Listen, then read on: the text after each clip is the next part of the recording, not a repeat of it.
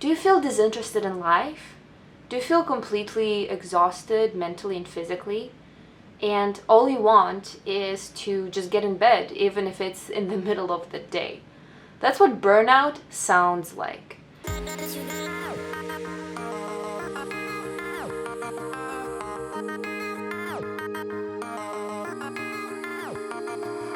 Burnout can destroy all areas of your life, and it can manifest through so many different things like fatigue and isolation from other people, and not feeling ambitious, not feeling worthy, and just not wanting to do anything in life, feeling complete apathy.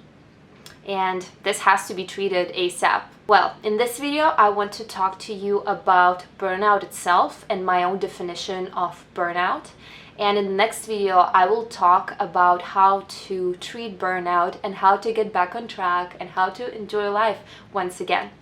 My name is Polina, if it's your first time here, and I'm excited to see you on my channel. But yeah, let's dive into the definition of burnout. I will also tell you a brief story of my own burnout and use it as an example. When I talk about the definition of burnout, I want you to understand and keep in mind that I do have a degree in psychology, but at the same time, I'm not a licensed professional.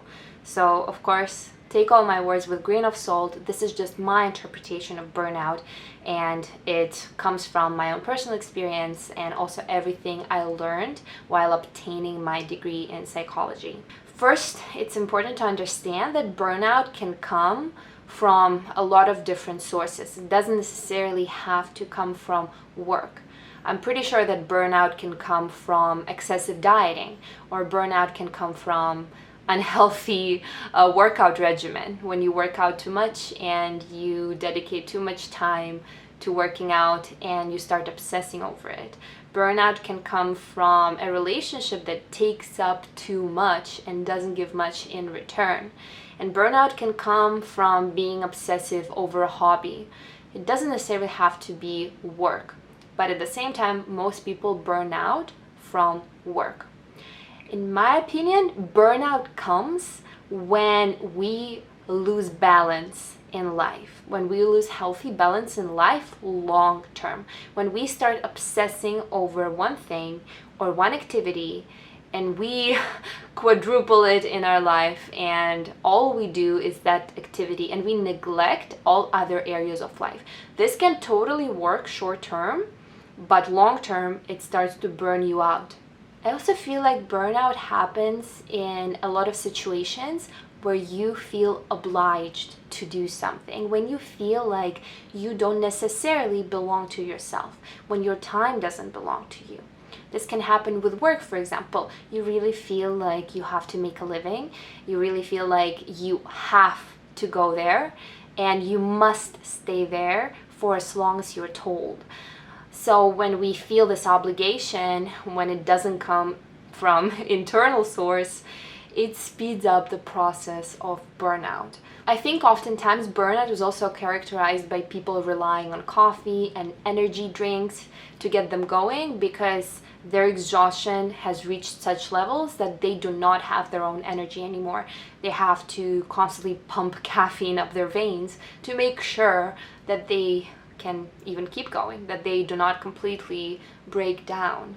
And lastly, in the definition of burnout, I want to say that this picture of burnout is not surprising at all in the modern world. This is very much present in our lives. And yeah, we live in such fast-paced, technologically advanced world where we stare at our screens 24/7 and our screens are just constantly giving us so many different notifications and so much different information to chew on. And at the same time, we have this endless to-do list of like infinite tasks pretty much. It never runs out. There's more things to do always. And also there is this pressure to be very competitive and be perfect. And especially if you live in a big city, you can look around and see all this amazing, successful people, and you might start thinking that, oh, I'm not reaching their level. So all of these factors, they go into the burnout, and they can cause burnout, even indirectly. Now I want to dive into my own life and use an example of burnout that I suffered myself in architecture school. I will post an article later this week about my full story of burnout, and I will also post a video on how to recover from burnout, so stay tuned for those. But in this video, I still want to give a brief description of what happened to me and ask you whether you recognize yourself in my story. So I went to architecture school for my undergrad at USC, and this was super rigorous. Like, we would do so many all-nighters and the workload was never ending, and at the same time I wanted to be involved with everything else in school. So for first 3 years I was just constantly doing something. I was neglecting sleep, I was neglecting rest, I was either working really hard or partying, and I was also dieting. There were just so many things happening in the first 3 years, and I also felt this pressure to compete with other people, because at USC it felt like so many people are just really successful and you want to reach to their levels, and you start to diminish your own success. You kind of lose your value in this comparison to others. And I think all of these factors contributed to me eventually burning out. And this is where I ended up. I even took some notes, so I'm gonna read this to you. So 3 years later, at the end of my junior year, I used to sleep 10 hours a night, and whenever I would wake up in the morning, my first thought would be, I cannot wait for nighttime to go to bed again. Then I used to work on architecture workload the rest of the time when I wasn't sleeping, and I was super fatigued, and I felt like I was emotionless. If during the first 2 years when I was tired I would cry or I would feel upset, at that point when I burnt out, I didn't feel anything. I was empty. I think empty was a good word to describe me back then. Very different from how I am today. Today I feel very lively and very in love with life pretty much, but back then I just felt empty. Then I also did not want to see anyone, so I felt very socially isolated by choice, and that is also very unlike me. And I don't know if you also experienced something similar during burnout. And my first thought in the morning was, I can't wait to sleep again. I just was waiting to get into bed. And yeah, I ended up dropping architecture because I suffered this massive aversion to it. I just couldn't even sit in front of the computer and do it. I reached a level where this field, I couldn't make myself do it.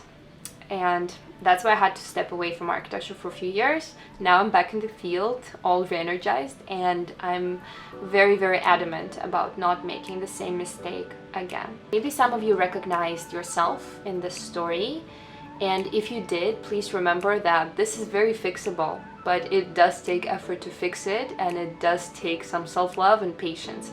Thank you for being here with me today. I hope you enjoyed this video. I hope I was helpful. Bye guys.